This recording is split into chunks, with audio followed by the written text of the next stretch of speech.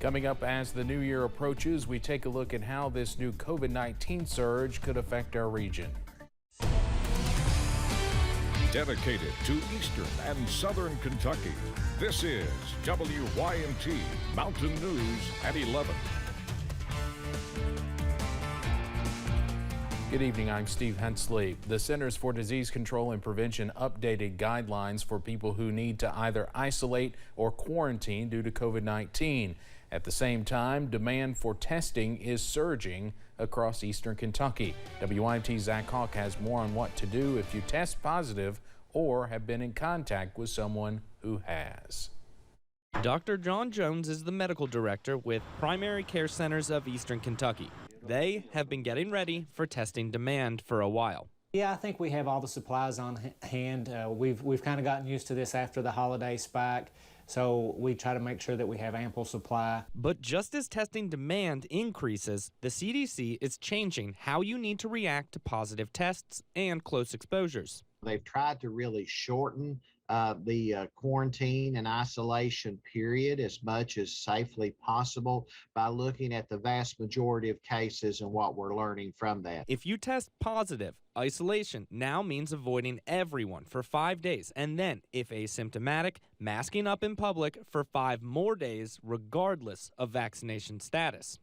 And it's always a good practice to wear a mask anytime you're in public and mass gatherings right now, regardless. If you have had a close contact and are fully vaccinated, the CDC no longer recommends a quarantine. Just wear a mask. But partially or fully unvaccinated individuals need to follow the isolation guidelines. So we have some individuals that didn't get their second dose till 2-3 months ago, and now they're still considered fully vaccinated until they reach that 6-month interim. And at that point in time, if they don't get boosted, then they need to follow the guidance for those who are considered unvaccinated at that point.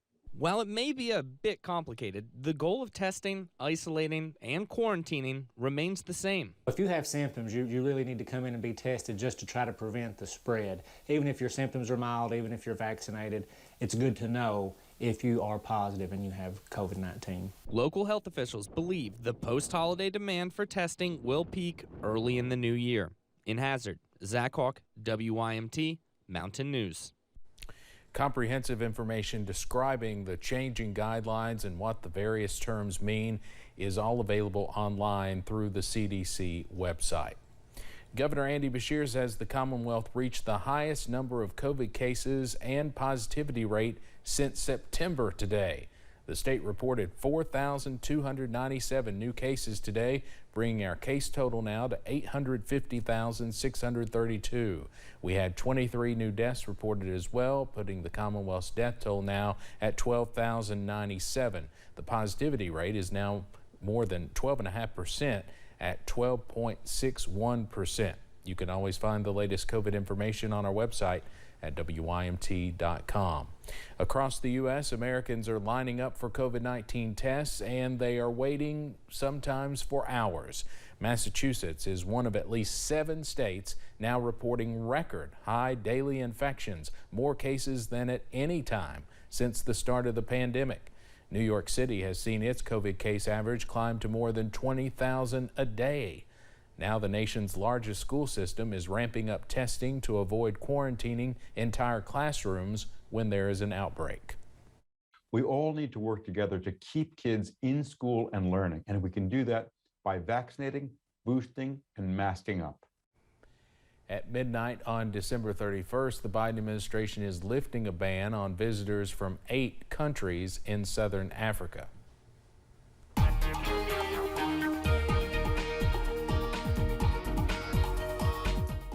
Continuing to watch one more boundary move through as we head through the remainder of the night. That's going to keep shower chances with us as we finish out the night tonight. London Corbin Airport, things on the quiet side right now. However, we look out towards places like the London Corbin area, still in the mid-60s. That's not far from where we ended up for highs today. Upper 60s and low 70s around the region as we finish things out for today and into tonight.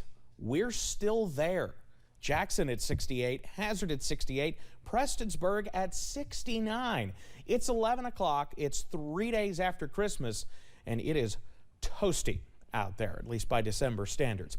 Watching a couple areas of showers right now as you work towards the Big Sandy from Lawrence, Johnson into Magoffin, Floyd, and northern parts of Knott counties, even southeastern parts of Breathitt County. Down into the Cumberland Valley, southern Laurel County is still dealing with a few showers right now. Everything here continues its slow movement off to the southwest and northeast, with a gradual movement to the south and southeast. So as we head through tonight, showers continue. Those temperatures will eventually start to fall into the lower 60s as we head through the remainder of tonight.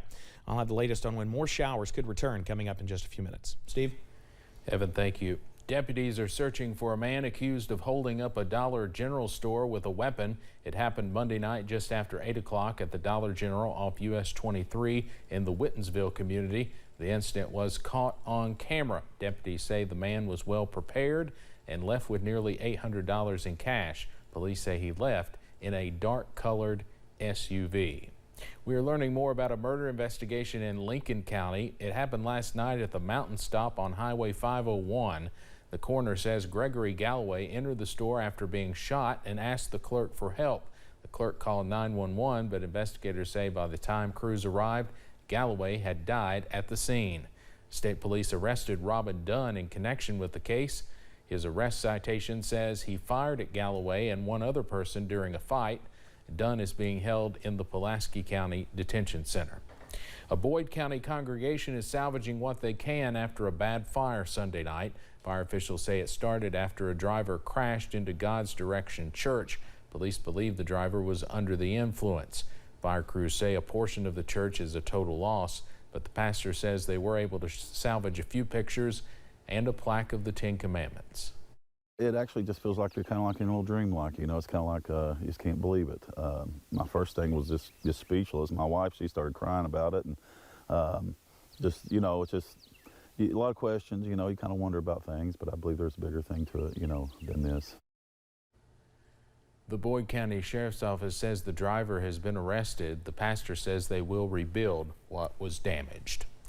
A boil water advisory in Fort Gay, West Virginia has been lifted after more than 9 months. Those water customers were first notified of the advisory back on March 22nd.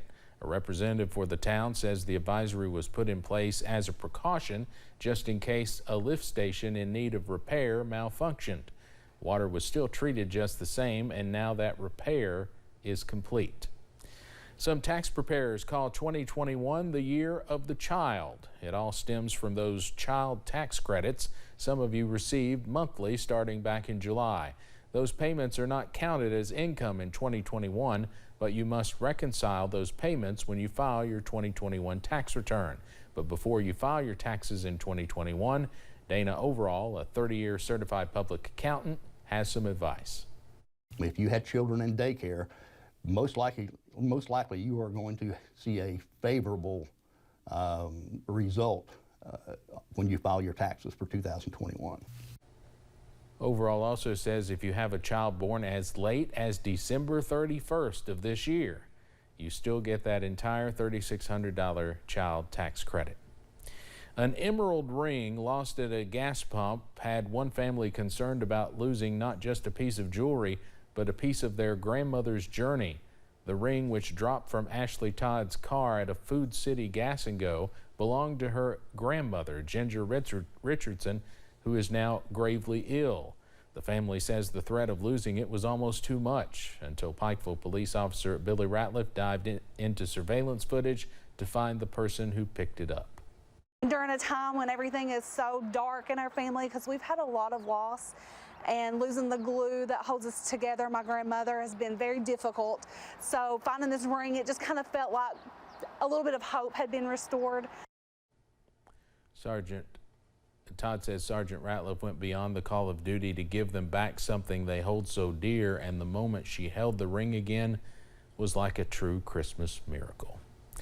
The Wildcats are in Orlando this week preparing for a bowl game, and while it's fun to soak up the sun, the goal is to hoist a trophy on Saturday afternoon. Brian Milo is in Orlando with our Big Blue coverage.